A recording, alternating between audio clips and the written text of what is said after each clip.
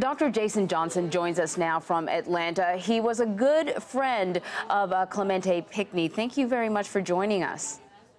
Glad to be here, Ann. So listen, we've learned a lot about your friend over the past day, but most of it reads sort of like a very impressive resume. You knew the man.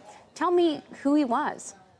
Well, one of the things I want to say is, I worked as Clem's campaign manager years ago. We were both kids.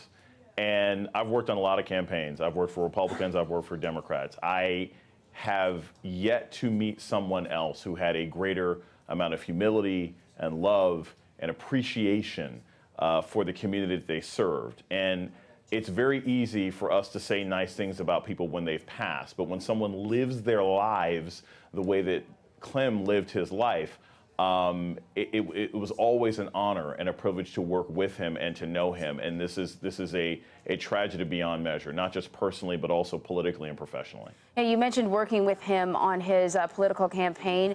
We always hear about the separation of church and state. What made this good reverend want to embark on a career in politics as well?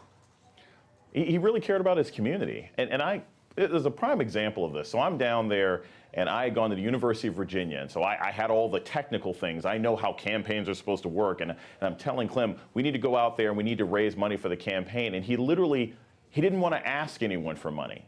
He didn't want anyone in his community, because the median salary in that part of the Low Country at the time was only about $14,000 a year for a family.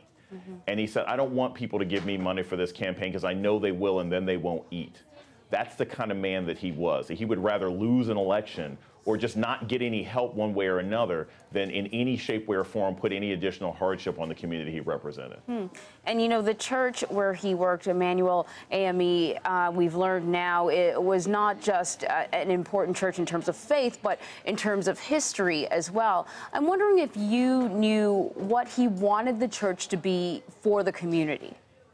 I mean, I can't speak to that because he wasn't at Emanuel at the time that we were working together. But I do know this, and this is the important thing to remember. This church wasn't just the manifestation of a man following the path to God that he had always known of. It was also a manifestation of political power in South Carolina. And so this attack was not just killing people in a church. It wasn't just killing a reverend. It was a direct racist, white supremacist assault on black political power. And I think that's something that we can't forget. As painful as this is for me personally, we cannot separate the personal and the political in this particular situation. He was both a state senator and a reverend. This man was assassinated. He was a state leader. I think what many people find revolting is the fact that this massacre took place in a church. Based on the man that you know, how do you think he would have greeted the suspect when he came to church to participate in this Bible study?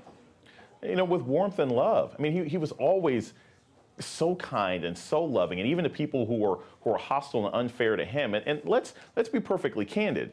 There are a lot of churches in South Carolina where if a black guy came in at 8 o'clock at night who nobody knew and said, I wanted to pray with you, he probably wouldn't have been invited into Bible study to sit in the basement and chat with people for an hour.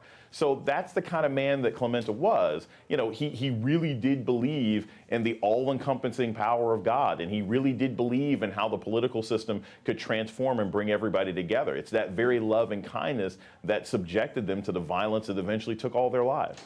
Moving forward now, we've seen a number of incidents regarding race in this country unfold over the last few months, and sometimes people get angry, sometimes people take to the streets. What do you think the good reverend would want moving forward?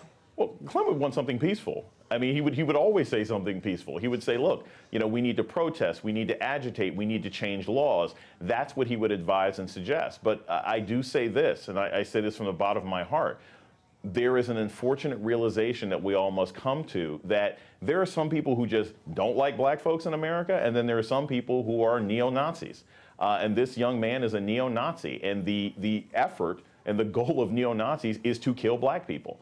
So there's this may be a place where Clem and I would disagree, because I don't think you can love that kind of evil out of existence. Yeah, well, of course, we're learning more and more about Dylann Roof and what may have motivated him. Leave that up to the investigators. But Dr. Jason Johnson, thank you so much for joining us. Thank you.